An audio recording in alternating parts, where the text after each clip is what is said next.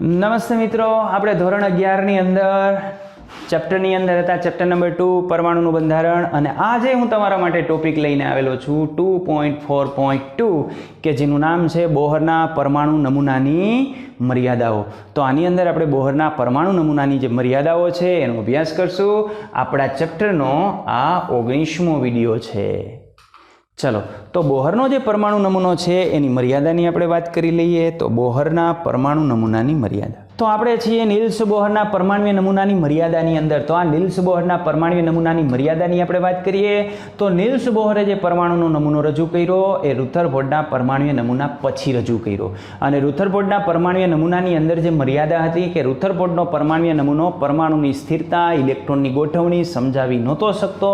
તો એના માટે આ જે નિલ્સ બોહર છે એ નિલ્સ બોહરે હાઇડ્રોજન પરમાણુનો એવો નમૂનો આપણને સમજાવ્યો કે જેની અંદર ઇલેક્ટ્રોન ક્યાં પરિભ્રમણ કરતા હોય એની બાબત પણ એને આપણને કીધી. એને આપણને જણાવ્યું પરમાણુ કેન્દ્રની આસપાસ ઇલેક્ટ્રોન વર્તુળાકાર પથમાં પરિભ્રમણ કરતા હોય, પણ એ એવી જ કક્ષાની અંદર પરિભ્રમણ કરશે કે જ્યાં તેના કોણીય વેગમાનનું મૂલ્ય h/2πના અપૂર્ણાંકમાં હોય કે જેને આપણે માન્ય કક્ષા કહીએ છીએ. યાની માન્ય કક્ષામાં એનું પરિભ્રમણ કેવી રીતે થાય તો એ નિલ્સ બોહરે આપણને સમજાવેલું. યાની રુથરફોર્ડનો જે કેન્દ્રીય નમૂનો હતો એના કરતાં હાઇડ્રોજન પરમાણુનો જે નિલ્સ બોહરનો પરમાણુ નમૂનો છે એ વધારે સારો છે. કારણ કે આ નિલ્સ બોહરનો પરમાણુ નમૂનો હાઇડ્રોજન અને એના જેવા જે એક ઇલેક્ટ્રોન ધરાવતા જે આયનો છે, એક ઇલેક્ટ્રોન ધરાવતા આયનો, તો આ બધા આયનોની સમજૂતી એ આપણને આપે છે. તો આ બધાના એક ઇલેક્ટ્રોન ધરાવતા જે ઘટકો છે, એક ઇલેક્ટ્રોન ધરાવતા જે ઘટકો છે એ ઘટકોનો જે પરમાણ્વીય વર્ણપટ મળે એની સમજૂતી આપણે આને આધારે આપી શકીએ. તો આની સમજૂતી નિલ્સ બોહરનો પરમાણુ નમૂનો આપે છે.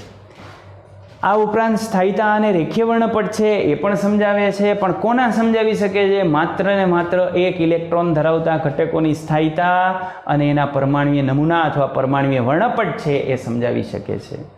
ઓકે, એટલા માટે આપણે કહીએ છીએ કે આ નિલ્સ બોહરનો પરમાણુ નમૂનો આના કરતાં, રુથરફોર્ડના પરમાણુ નમૂના કરતાં સારો હતો. પણ તેમ છતાં એની કેટલીક મર્યાદાઓ છે. તો એ મર્યાદાઓની આપણે વાત કરીએ તો મર્યાદા નંબર 1 કે જ્યારે આપણે હાઇડ્રોજન પરમાણુનો પરમાણુ વર્ણપટ લેતા હતા ત્યારે આપણને પરમાણ્વીય વર્ણપટની અંદર જુદી જુદી રેખાઓ મળતી હતી. અને એ જુદી જુદી રેખાઓ નિલ્સ બોહર નામના સાયન્ટિસ્ટે સારી રીતે સમજાવી હતી. અને આપણે પણ એ સમજાવી ચૂક્યા છીએ કે આટલી રેખાઓ શા માટે મળે છે, આવી ચોક્કસ તરંગલંબાઈ ધરાવતા વિકિરણો શા માટે ઉત્પન્ન થાય છે. પણ આપણે જે સ્પેક્ટ્રોમીટર લેતા હતા એના કરતાં જો વધારે સેન્સિટિવ સ્પેક્ટ્રોમીટર લેવામાં આવે, યાની આધુનિક જો સ્પેક્ટ્રોસ્કોપિક કરવામાં આવે, અતિ આધુનિક અને અતિ સેન્સિટિવ જે સ્પેક્ટ્રોમીટર આપણે લઈએ તો એની અંદર હાઇડ્રોજન પરમાણુનો જે પરમાણુ વર્ણપટ જોવા મળે છે એમાં પણ વિભાજન થાય છે.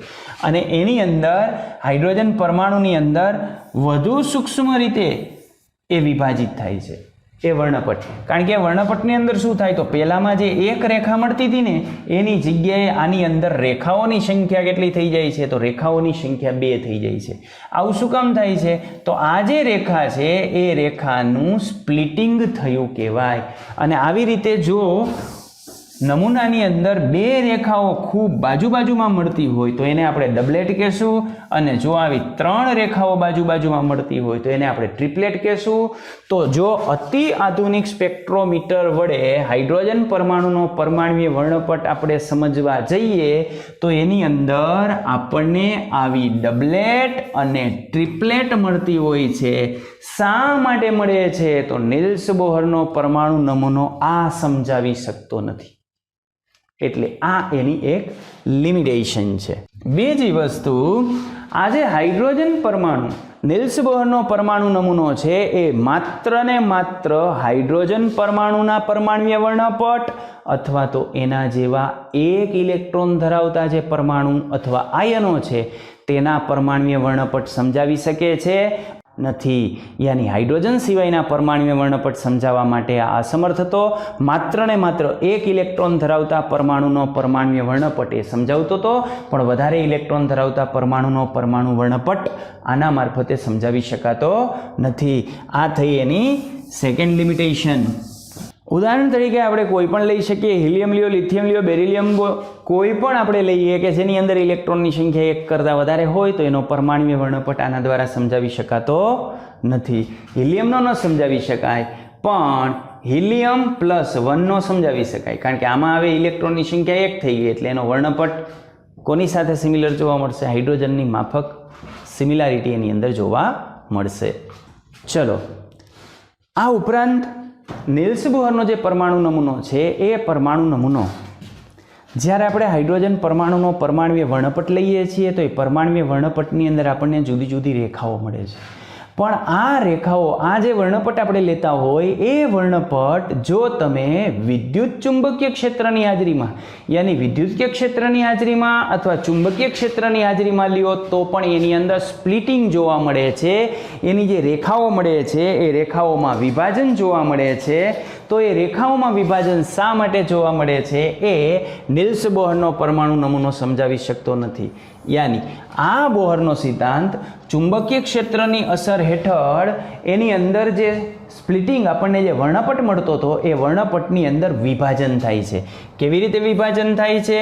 તો એ જે વિભાજન થાય છે એને આપણે જીમેન અસર કહીએ છીએ, પણ એ આપણે આના મારફતે સમજાવી શકતા નથી.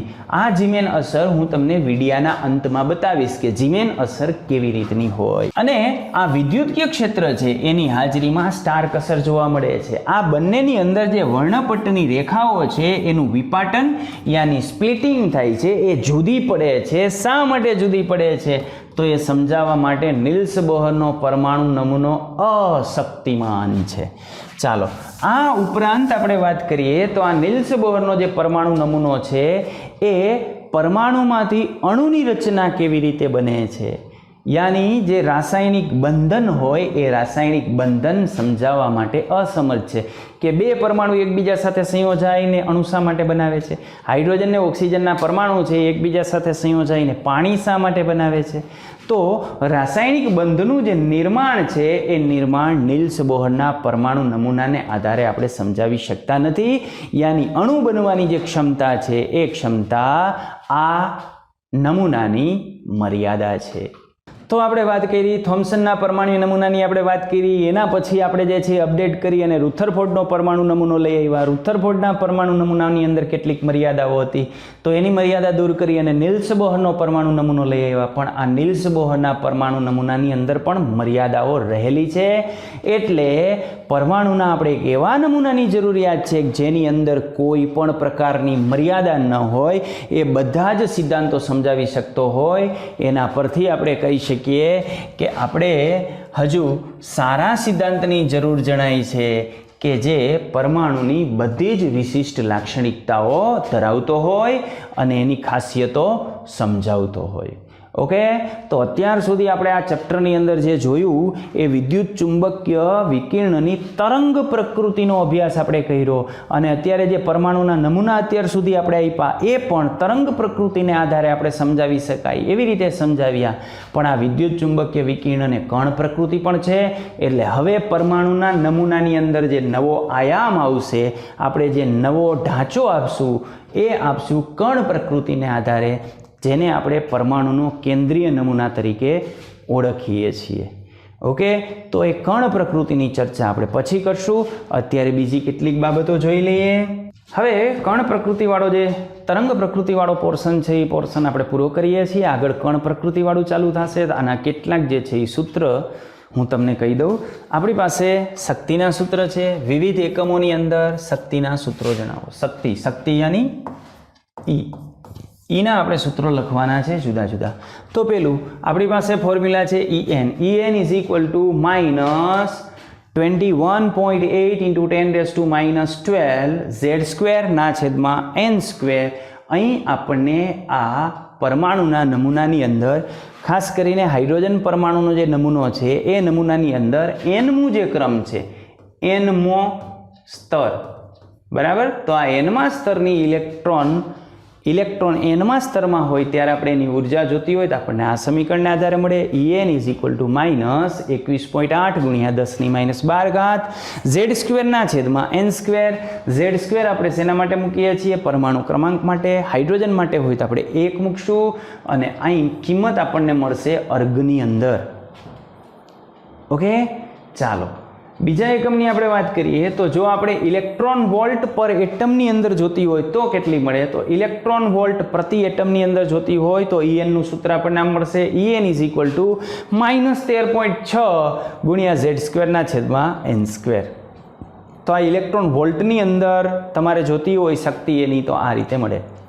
એનાથી આપણે આગળ વધીએ તો અહીં En ની કિંમત જો આપણે કિલો કેલરી પ્રતિ મોલની અંદર જોતી હોય તો એના માટેનું ફોર્મ્યુલા આ રીતે થશે En is equal to -313.6 into Z square upon n square kilo calorie પર મોલ.